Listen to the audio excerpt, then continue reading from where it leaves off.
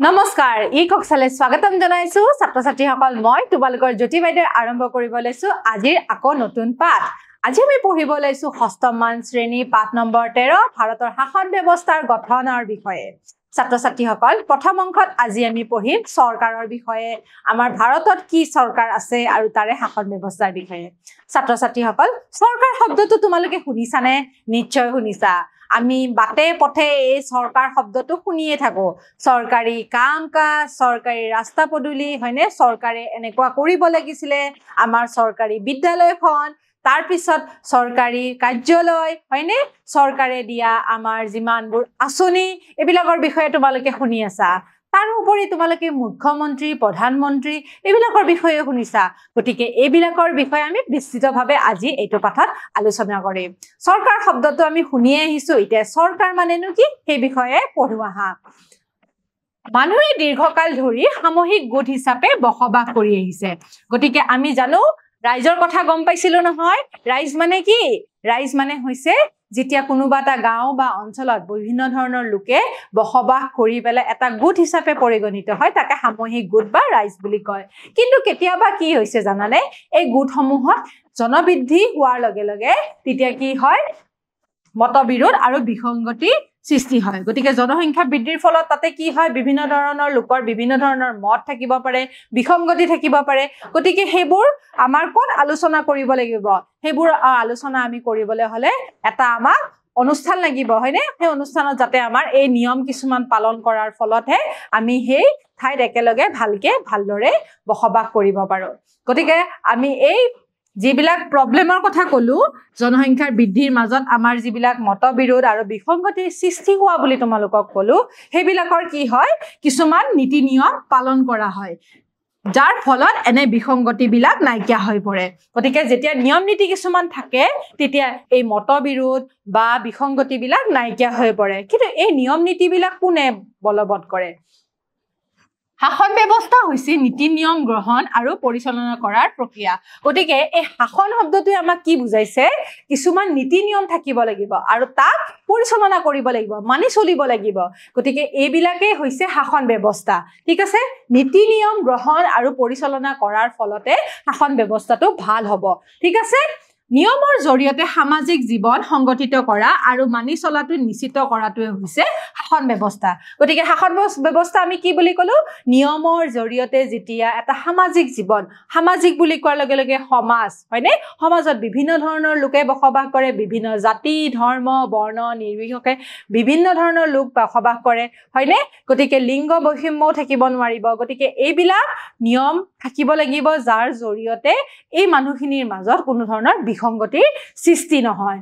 যি ব্যৱস্থাই এই নিয়মবোৰ বনায় আৰু বলবৎ কৰে এতিয়া এই নিয়মবিলাক কোনে বনাব এটা ব্যৱস্থা থাকিব লাগিব ঠিক আছে এটা ব্যৱস্থা থাকিব লাগিব আৰু ইয়াক বলবৎ কৰিব লাগিব বলবৎ মানে হৈছে কাৰ্যকৰী ঠিক আছে এনেকুৱা নহয় যে নীতি নিয়মবোৰ খালি লিখি থৈছে তাক কিন্তু কাৰ্যকৰী কৰিব লাগিব এটা নিয়ম বনালেই নহব সেই নিয়মটো কাৰ্যকৰী কৰিব লাগিব কাৰ্যকৰী কৰাৰ লগে লগেহে সেই ব্যৱস্থা কি বুলি কয় চৰকাৰ বুলি কয় ঠিক আছে কোনে কৰে সেই ব্যৱস্থাটোৱে হৈছে চৰকাৰ যোনে নিয়মবোৰ বনায় আৰু বলবৎ কৰে ঠিক আছে বা প্ৰয়োগ কৰে কিছুমান গুৰুত্বপূৰ্ণ নিয়মক আইন বুলি জনা যায় গতিকে ছাত্ৰ ছাত্ৰীসকল আমি যিবোৰ নিয়ম চৰকাৰে আমাক দিছে সেইবোৰ আইনৰ ৰূপতো পৰিগণিত হৈছে ঠিক আছে ধৰা এখন সমাজত যদি চুৰ ডকাইত থাকে সেই চুৰ ডকাইতক শাস্তি দিব লাগে শাস্তি দিবৰ কাৰণে কিছুমান নীতি নিয়ম থাকে সেই নীতি নিয়মবিলাকক আইন বুলি কোৱা হয় ঠিক আছে আৰু আইনত কোন কোন থাকে তোমালোকে জানাই পুলিচে চুৰক ধৰে হয়নে নহয় আৰু তাৰপিছত জেল খাটে সেইবিলাকে হৈছে নীতি নিয়ম সাধাৰণ অৰ্থত এইটোৱেই বুজাইছে যে আইনে আমাক সহায় কৰে এই নীতি নিয়মবোৰ পালন কৰাত কোনো নিয়ম বা আইন স্থায়ীভাৱে নিৰ্ধাৰণ কৰা নহয় গতিকে ছাত্ৰ ছাত্ৰীসকল কোনো নিয়ম বা যিবিলাক আইন আছে সেইবোৰ স্থায়ী নহয় বা অস্থায়ী বুলিও ক'ব নোৱাৰি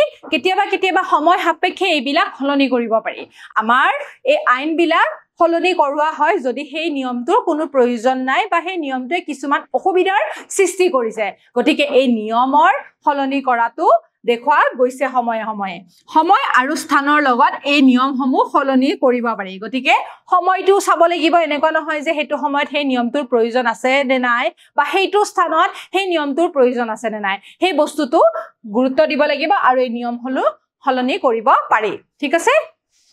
এতিয়া আমি এই সৰকাৰৰ শব্দটো কৈ আছিলো যে সৰকাৰৰ কিন্তু প্ৰকাৰ আছে ঠিক আছে এই সৰকাৰৰ প্ৰকাৰটোৰ বিষয়ে আমি অলপমান বুজিম সৰকাৰ হৈছে এটা শাসন ব্যৱস্থা যিয়ে দেশখন চলায় ঠিক আছে সাধাৰণ অৰ্থত আমি এটোই বুজিলো যেটো শাসনে আমাক চলায় জনসাধাৰণক চলায় গোটে দেশখনক চলায় হেতুৱে হৈছে সৰকাৰ এতিয়া এই সৰকাৰৰ কিন্তু প্ৰকাৰ আছে এই সৰকাৰৰ প্ৰকাৰকেইটা কেতেমান আমি ইয়াতে উল্লেখ কৰিছো কি গণতন্ত্ৰ ৰাষ্ট্ৰতন্ত্ৰ একনায়কত্ববাদ সমাজতন্ত্ৰ গতিকে সৰকাৰ কেইবা ধৰণৰ প্ৰচলিত হৈ আছে ঠিক আছে এনেকুৱা নহয় যে এখন দেশত অকল গণতন্ত্ৰ বা ৰাষ্ট্ৰতন্ত্ৰই চলি আছে কেতিয়াবা সলনি হৈ পেলাই বেলেগ সৰকাৰো আহিছে গতিকে আমি এই সৰকাৰকেইটাৰ ভাগকেইটা বা প্ৰকাৰকেইটা আমি অকমান বুজিবলৈ চেষ্টা কৰো আহা গণতন্ত্ৰ মানে কি জানানে গণতন্ত্ৰ মানে হৈছে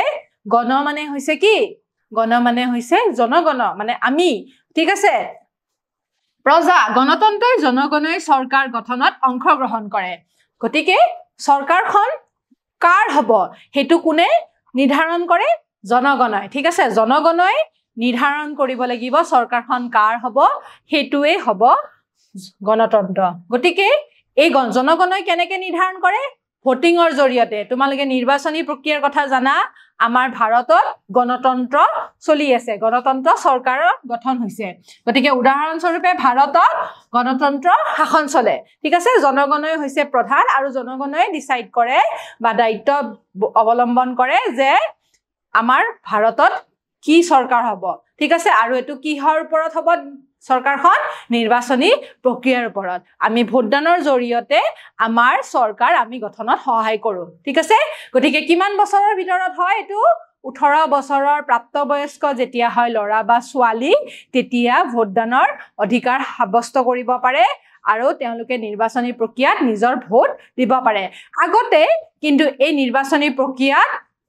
ভাৰততো দেখা গৈছে যিবিলাক শিক্ষিত আৰু পুৰুষ লোক আছিলে তেওঁলোককে ভোটদান দিবলৈ কোৱা হৈছিল কিন্তু এতিয়া বৰ্তমান সকলো লোককে সমান বুলি কৈ 18 বছৰৰ প্ৰাপ্তবয়স্ক এজনক 18 বছৰৰ ওপৰৰ যিবিলাক লোক আছে বা লৰা ছোৱালী আছে তেওঁলোকক ভোটদান সাব্যস্ত কৰিবৰ কাৰণে অধিকাৰ দিয়া হৈছে তোমালোকেও পাবা যেতিয়া তোমালোকে 18 বছৰ হবা 18 বছৰৰ পাছত তোমালোকৰ ভোটৰ তালিকাত তোমালোকৰ নাম আহিব আৰু তোমালোকে নিজৰ ভোটদান প্ৰদান কৰিব পাৰিবা গতিকে গণতন্ত্ৰত তোমালোকে সক্ৰিয়ভাৱে ভূমিকা পালন কৰিবা ঠিক আছে এতিয়া ৰাষ্ট্ৰতন্ত্ৰৰ বিষয়ে পঢ়োৱা হাসন ৰাষ্ট্ৰতন্ত্ৰ মানে কি ৰাষ্ট্ৰতন্ত্ৰ মানে হৈছে ৰজা শব্দটো ৰাষ্ট্ৰতন্ত্ৰৰ পৰা আহিছে ৰাজতন্ত্ৰ মানে হৈছে যত ৰজাই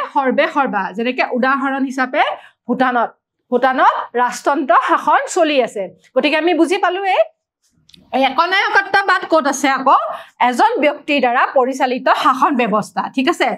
ইয়াত আকৌ কি হয় অকল এজন ব্যক্তিয়ে শাসন চলায় ঠিক আছে গতিকে ৰজা আৰু একনায়কত্ববাদৰ দুটা পাৰ্থক্য আছে ৰাজতন্ত্ৰত আকৌ কি হয় এজনৰ পিছত এজন আনটো প্ৰজন্ম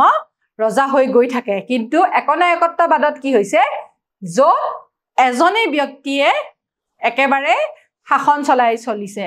একনায়কজনে ব্যক্তিসকলৰ সকলো ক্ষেত্ৰতে নিয়ন্ত্ৰণ কৰে উদাহৰণ স্বৰূপে জাৰ্মানীৰ হিটলাৰ আছিলে একনায়কত্ববাদৰ এজন ব্যক্তি ঠিক আছে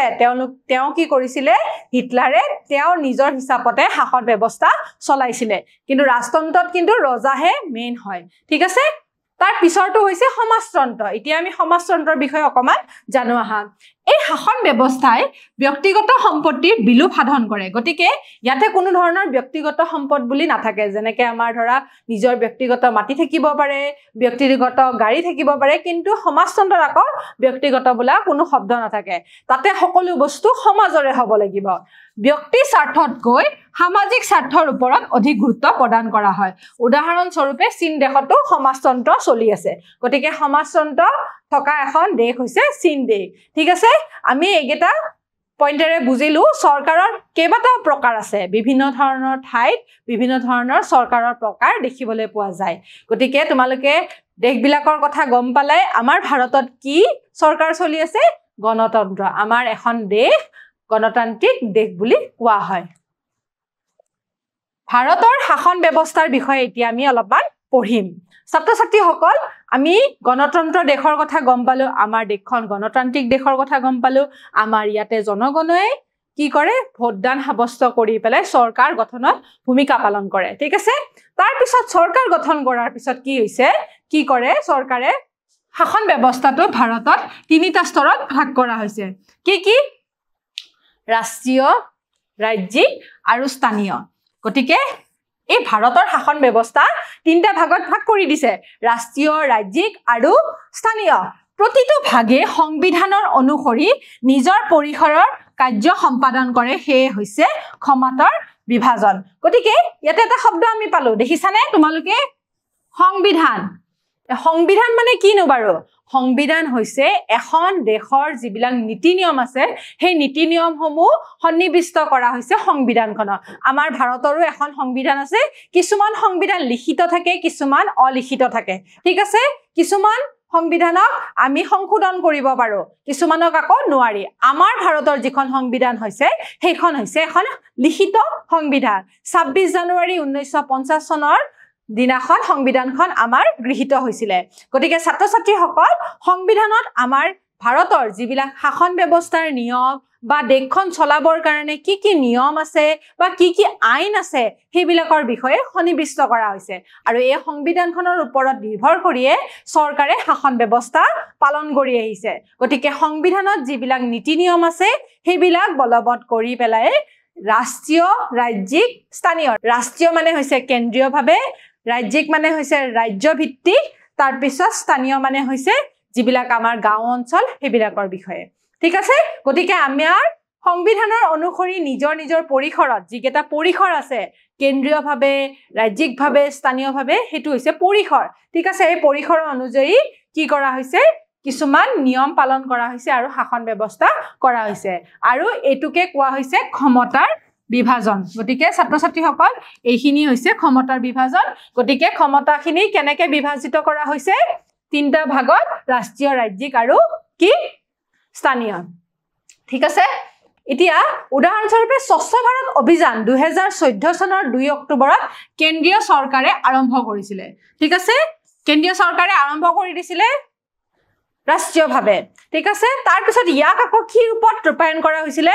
ৰাজ্যিকভাৱে কোন ৰাজ্য চৰকাৰে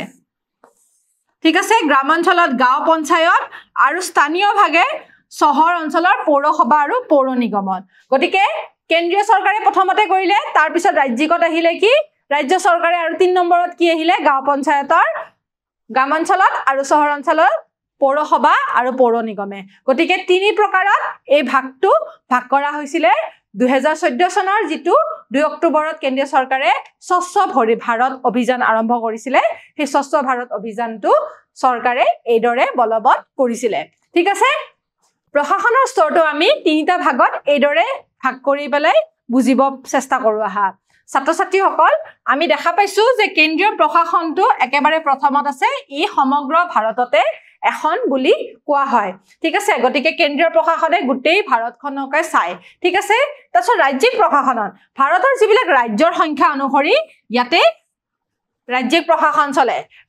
কেন্দ্ৰীয় প্ৰশাসনত আমাৰ কোন আছে আমাৰ আছে প্ৰধানমন্ত্ৰী হয়নে ঠিক আছে যিয়ে গোটেই আমাৰ ভাৰতখন চলায় তাৰ পিছত ৰাজ্যিক প্ৰশাসনত কোন আছে মুখ্যমন্ত্ৰী হয়নে নহয় তাৰ পিছত স্থানীয় প্ৰশাসনত কোন আছে গাঁও পঞ্চায়ত হয়নে গাঁও পঞ্চায়ত আছে আমাৰ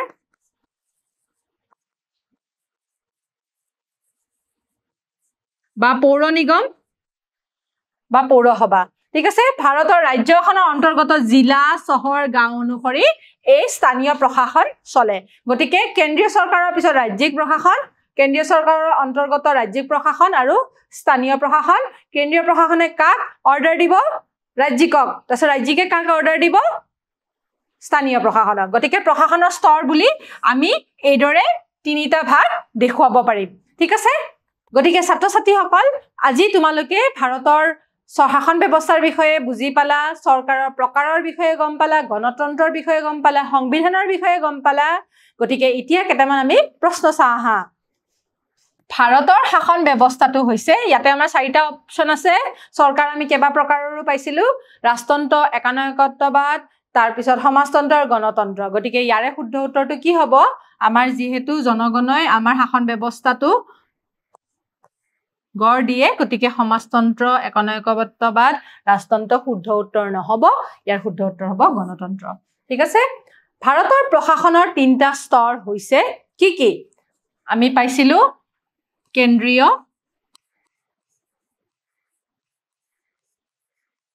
ৰাজ্যিক আৰু স্থানীয়।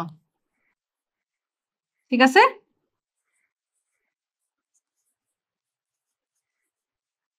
হ'ব। তাৰ পিছৰ প্ৰশ্নটো চাওঁ কি আছে। ভাৰতৰ শাসন ব্যৱস্থাৰ নীতি নিয়মসমূহ সন্নিৱিষ্ট হৈছে সংবিধানত। গতিকে ছাত্ৰ-ছাত্ৰীসকল, আমি জানিছোৱেই যে আমাৰ সংবিধানখন লিখিত সংবিধান। আমাৰ ইয়াতে